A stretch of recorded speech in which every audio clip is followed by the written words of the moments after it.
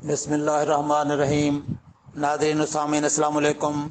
मैं डॉक्टर मंजूर Hussain Malik eye specialist अल-शिफा आई अस्पताल बहावलपुर से बोल रहा हूँ। मैं आज आपको कमेंट सेक्शन में कुछ किए गए सवालात के जवाब दूंगा।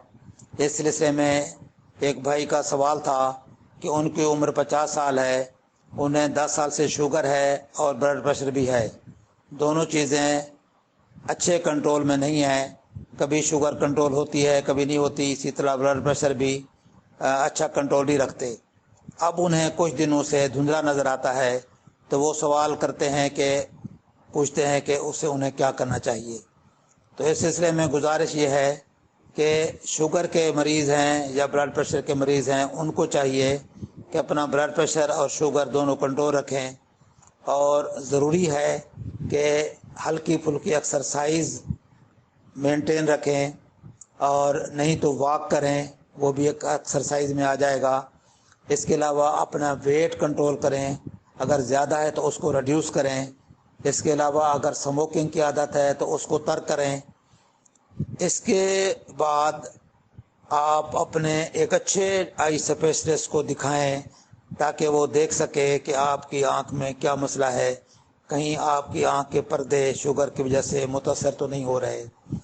तो शुगर की वजह से आंख के पर्दे इस तरह मुतासर होते हैं कि आंख का जो पर्दा है, जिसे हम रेटिना कहते हैं, रेटिना की ब्लड वेसल्स जो है सबसे पहले इफ़ेक्ट होती हैं।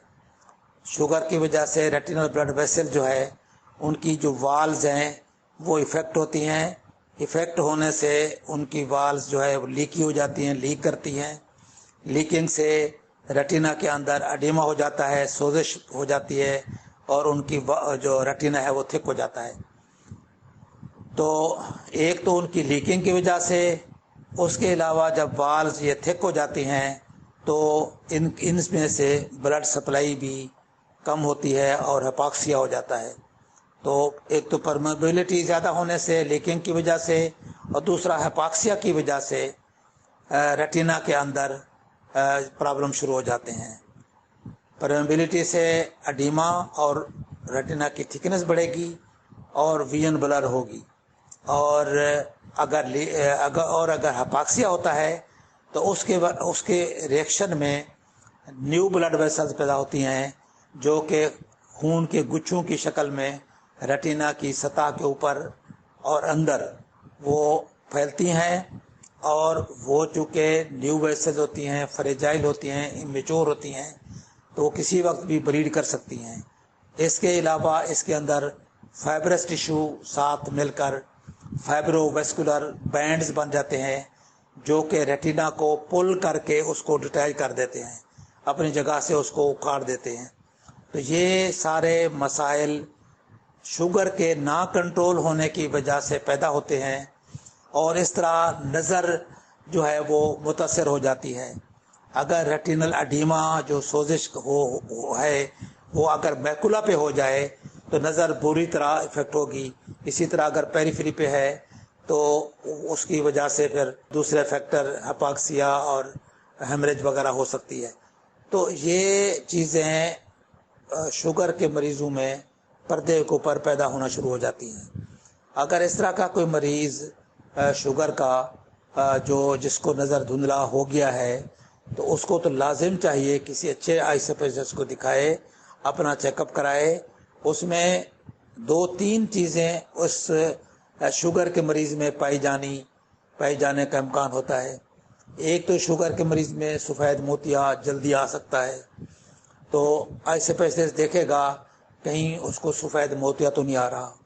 इसके अलावा ग्लाकोमा, जिसे हम काला मोतिया कहते हैं, काला मोतिया की रेशो भी शुगर के मरीजों में ज़्यादा है, तो लिहाजा काला मोतिया के टेस्ट किया जाएंगे, डॉक्टर चेक करेगा कहीं उस आँख में काला मोतिया तो नहीं है।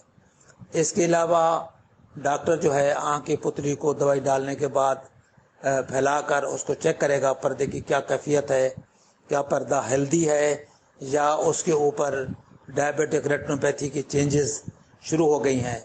अगर डायबिटिक रेटिनोपैथी रेटिना के ऊपर, पर्दे के ऊपर तब्दीलियाँ आना शुरू हो गई हैं, तो उसका फिर वो इलाज एडवाइस करेगा, जो कि लेज़र की शक्ल में भी हो सकता है یا پھر انجیکشن کی شکل میں ہو سکتا ہے اس کا علاج، ورنہ اگر وہ علاج نہیں کیا جائے گا تو وہ پردے اور سے اور خراب ہوتے جائیں گے اور الٹیمیٹلی شوگر کی وجہ سے کمپلیٹ بلائنڈنس تک ہو سکتی ہے۔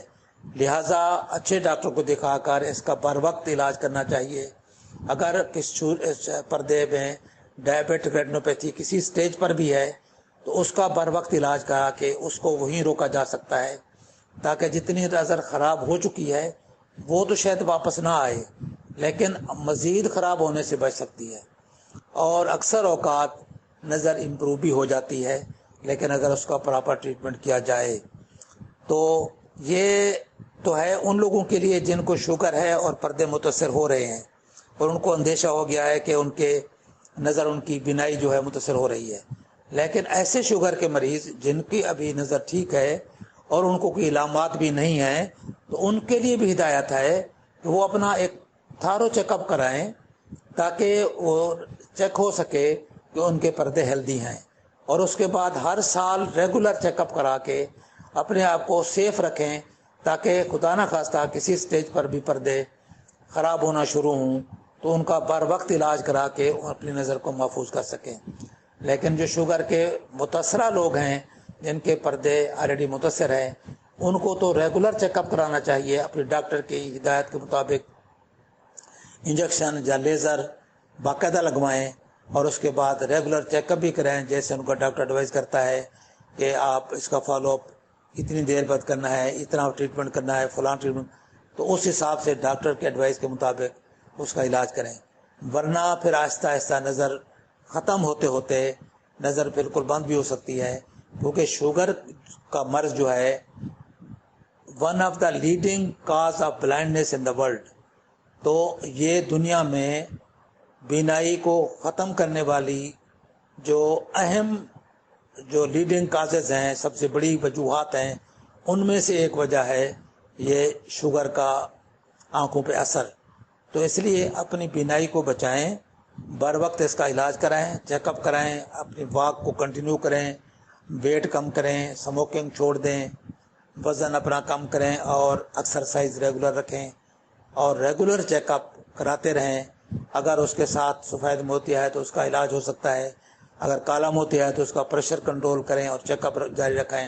یہ ساری چیزیں کرنے سے آپ اپنی نظر کو محفوظ کر سکتے ہیں۔ امید ہے کہ یہ ہدایات آپ دوسرے بھائیوں کو بھی بتائیں گے اور تاکہ دوسرے لوگ بھی اس سے فائدہ حاصل کر سکیں۔ السلام علیکم ورحمۃ اللہ۔